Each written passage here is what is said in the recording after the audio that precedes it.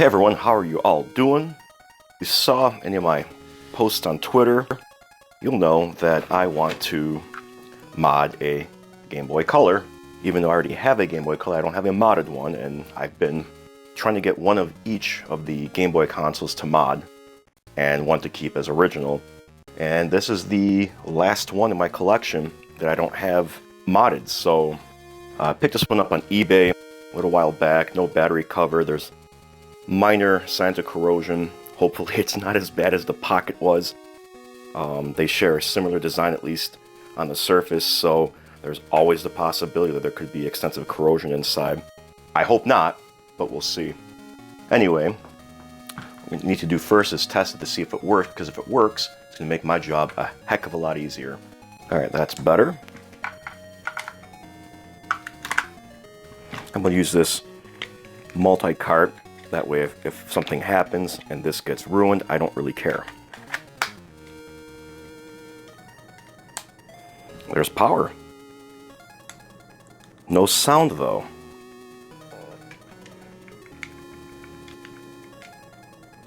But it does play games. Well, let me turn the volume up here.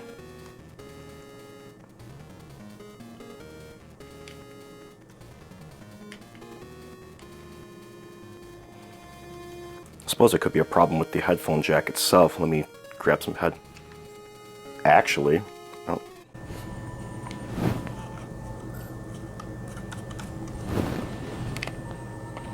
I don't know if the microphone's picking it up, but there's some mild sound there.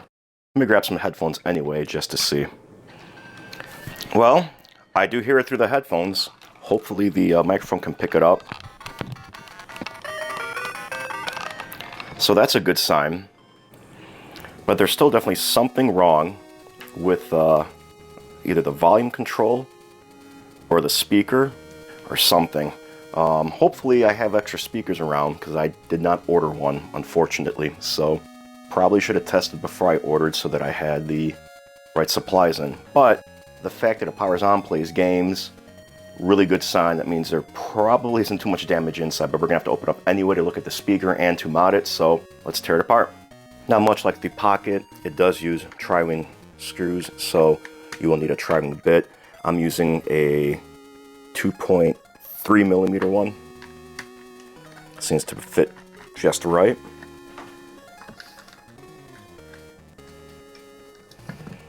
And yeah, it looks really clean inside. Again, this battery terminal's got a little bit of corrosion. I can probably clean that up though, and if not, I should have some spares somewhere. I'm concerned about the speaker though, as to why everything's so quiet. I can't tell if this is corrosion or if that's just like a marker or something like that. We finished taking it apart and take a closer look. Just these 3 Phillips screws, just like on the Game Boy Pocket.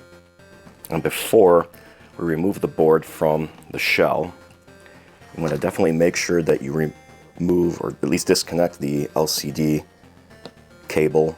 Especially in this case, since the screen works fine. It's just a scuffed up screen lens. There. The other side of the board is virtually pristine, but we do see in the speaker, let me see if I can focus here, some brown gunk. It could be rust, corrosion, and that could be why it's not working. Maybe a good cleaning will fix it. Maybe it needs to be replaced, not sure. I'll see if I've got a spare somewhere. If I don't, I might have to order one. But otherwise, this board is in fantastic shape. So the only speaker I could find is this one here. I think it's from a Game Boy Advance. It's roughly the same size. It doesn't necessarily have the same shape to install into a shell, but I don't think it's going to really matter much. It's got a couple of screws stuck to the back. There's a magnet still working. That'll do just fine. So in case I do need it, at least I have one. So since the shell, for the most part, is in pretty decent shape, a little scuffed, but that's fine. The buttons are fine, the screen is fine, everything else on this is fine. I'm going to keep it as just for spare parts and put it away somewhere in case I ever need spare parts for a Game Boy Color. Let's take a look at the mods that I picked up. First, we'll go with the shell, just a pure white shell, pure white buttons, replacement battery tabs just in case, but I don't think I'm going to need them. I also have a Clean Power Game Boy Color. This is a add-on / replacement power regulator for the DC to DC board. It's supposed to help regulate power for IPS mods so that the batteries don't drain as fast, and it should take care of potential flickering and things like that. And then of course just some new membranes. And finally, last but not least, and I like this Game Boy cartridge looking shell that they ship these in. Last but not least, the actual display mod, which has an integrated or built-in screen lens. And that's all there is to it. So this is what I have to work with, and let's get to modding. Alright, so let's resume here. Now as you see, I've already done a lot of the mod work. I decided to just solder off screen because it's a lot easier to do so.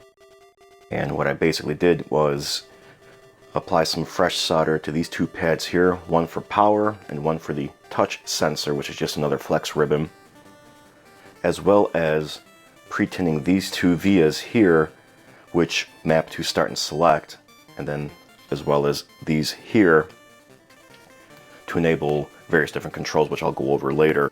I went ahead also tested it, well, pre-tested it. The screen does come on, everything works. I may not even need the power mod, the Clean Power, because apparently this does its own power filtering. So what I'm going to do next is check on the speaker. I let it soak in some IPA. Hopefully it'll work. If it does, great. If not, then like I said, I'll use my backup speaker. And I'm not sure about it. First of all, the little felt filter around is kind of disintegrated. I don't know if that's from the IPA or if it was before. I'll have to check the footage. And if you look inside, there's rust in here that I was not able to clean up. So I'm not even sure if there's any contact with any of the two wires that are coiled up around the magnets. So I'm going to not trust it and say it's not going to work. I'll save it, hold on to it for the future just in case I do find a use for it. So instead I'm going to end up using this one here, which was, like I said, I believe from a Game Boy Advance. Could be from another handheld. I'll have to find out, but I'll just go ahead and solder these on real quick and we'll continue. Okay, got that done. All set. This speaker should be working. I'm 99% sure it does. We'll find out, I guess, in a little bit. So I'm going to go ahead and have to assemble everything. Now, if you're going to use the original shell, which I do not recommend, there's a lot of trimming that you're going to have to do. Just to give you an idea, this is the Funny Playing shell, specially designed for the Funny Playing IPS screen, not coincidentally. So it's recommended to get that one. Again, if you want to mod your own shell, go for it. Yeah, so what we're going to have to do basically is pre-fit the screen. It's going to have to kind of slide in, just sit there, well, this way, because you've got to have the ribbons and the connections going here, and it'll just lay in here, and that should be that. Oh, I should also note that I replaced the LED with a white one. Now, the original red one uses between 2 and 2.5 volts. This one needs between 3 and 3.5, so it's going to be a little bit dimmer. Keep that in mind. In my case, I'm okay with that because a bright white light shining directly into my eye while I'm playing is not very pleasing. So keep that in mind if you want to change it out for a different color. Usually when you buy an LED light, light kit, it comes with, I don't know, 50, 100, 1,000 different LEDs. It'll tell you all the specifications for each one, so you'll know ahead of time. You may need to supplement it with a small capacitor to give it the extra boost in power that it may need if you want it to be at full brightness. And because of the fact that I already have the ribbon inserted, because I've got all the wires soldered on, it's easier to solder all the wires on before you attach the PCB ribbon to the replacement screen. It's going to be a little bit more challenging overall to get everything installed. To give you an idea, again, like what I was saying earlier, kind of have to finagle the screen a little bit like that to get it to fit, and then you end up with this here. In order to get this installed, it's this ends up folding over this way because it attaches to the back of the screen, and that kind of folds that way. So also keep in mind you're going to need to use a little bit of insulation tape If your kit doesn't come with some, you can use Kapton tape. It's usually fine. So it's going to go something like that. Again, I don't have the screen completely installed yet because I've got to remove the backing from the tape.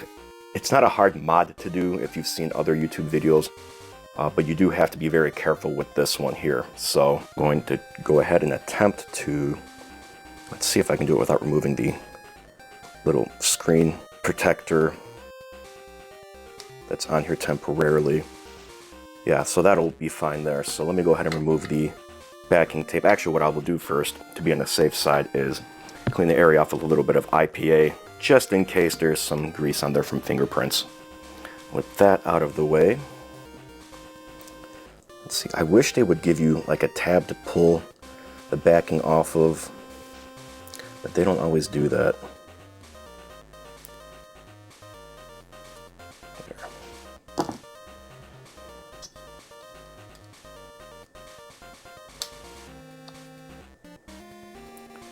Apply the adhesive there. And now, sorry if any of the light's reflecting off of the LCD screen, there's not much I can do about that, unfortunately.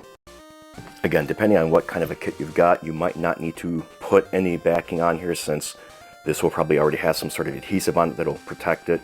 But I want to play it extra safe just to be safe. So, and remember, you'll need roughly the same amount for the other side too. So, and this goes on like so. And be careful when you attach the ribbon to the actual connector. They're very fragile. If you're not careful, you can damage them, and you're not going to be able to replace that connector. You'll have to replace the entire ribbon. And that's that. This part here, obviously, it's the touch connector sensor that will adhere to the top of the shell here. Next step is to insert the buttons and the membranes. And they also included, obviously, if you buy replacement shell, they give you the screws and the little IR sensor cover. And as I stated before, I went with a white on white look, so I have white buttons. Now, I have heard that some of the silicon membrane start and select buttons might be a little bit larger than the opening in the actual shell itself, so you may need to do a little bit of trimming with a round file, or if you're really good with a knife, hoping I don't have to do that with mine. Of course, I believe you can use the original membranes too if you wish. Seems like that will be fine. We'll apply the power button in a little bit, and they also give you a blank IR cover if you don't want to use that. I will probably, or is that for the link port? Could be for the link port, I'm not sure. I don't think the original covers up the link port though, no. So it's probably just a replacement for the actual IR sensor cover. We'll use the one that came with the shell itself to keep it like that so that the IR sensor could still work. Not that I'll ever use it to, you know, trade Pokemon or whatever, but we'll keep the functionality intact.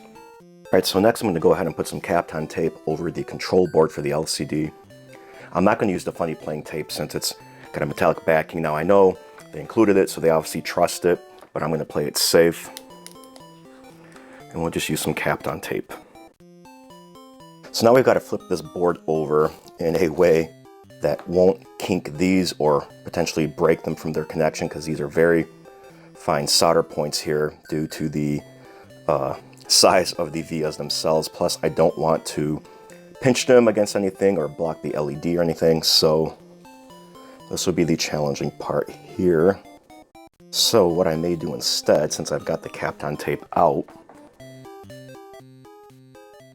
Alright, so now what we have to do is get this all together somehow. Let's see. That fits. There's the 3 screw holes. And then the touch sensor, which is important if you want to be able to use scan lines, pixel mode, things like that, different display filters basically. And then we'll take a little piece of Kapton tape, somehow get it in there. hold the ribbon, the touch sensor ribbon in place. I might have to do this off camera, I apologize. Okay, that was a little bit of a pain. You have to exercise some patience when you are doing modding and stuff like that, so let's go ahead and see if we can't get some screws installed here. Now, if you do buy replacement shell, you should use the screws that they provide, only because these shells typically aren't pre-tapped, so you will have to effectively tap them themselves. You can see that there's this length and then there's this length here. The shorter ones attached to the PCB here, with, you know, and if you don't remember how to reattach them, you've got 3 circled spots. So now, because these are not pre-tapped, you will have to use a little bit of gentle force when you're putting them in. If you do mistakenly use the longer screws, you may protrude out the front of the shell here. If that happens, you're out of luck, unfortunately. So try not to do that. All right, there, got it fit in there. Next is going to be the on-off switch.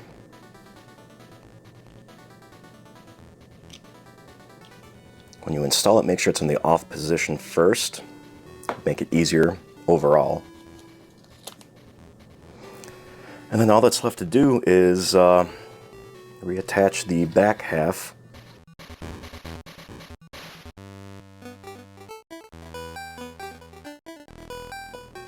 And that's all there is to it for that. Let's go ahead and get these screws installed. Careful, again, not to over tighten. You don't want to inadvertently poke through the front, even though these should be the proper length. Ignore the little black flecks, that's the rubber peeling off of the screwdriver. Now, at this point, do like a test press of the buttons, make sure that they are moving without any restrictions or anything like that, that they don't get stuck. And mine seem to be okay. And all that's left to do is apply these replacement stickers. You won't have a serial number one, obviously, because these aren't being made anymore.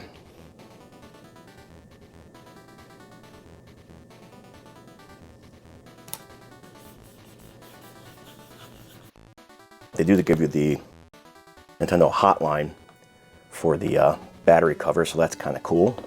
I don't want to hide the Game Boy wording itself because I think that's kind of neat.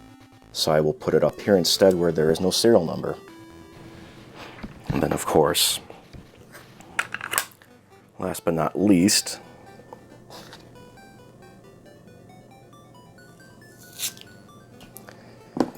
and voila, a modded Game Boy Color. Now, let's make sure everything works, get some batteries in here a game, and test it out. All right, let's turn it on, make sure everything is working, and we'll go over some of the features.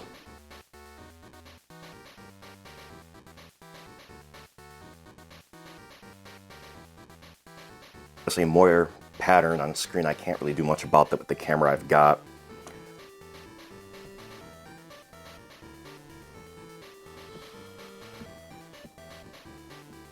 Although if I zoom in, it seems like it's not as bad.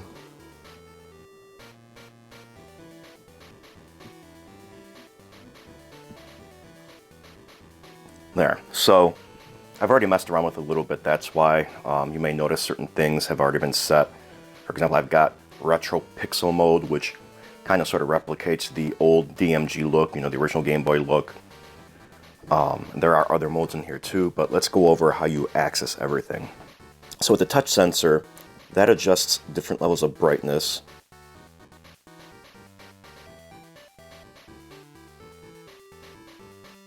On screen, it looks like it's off. It's actually in the lowest setting.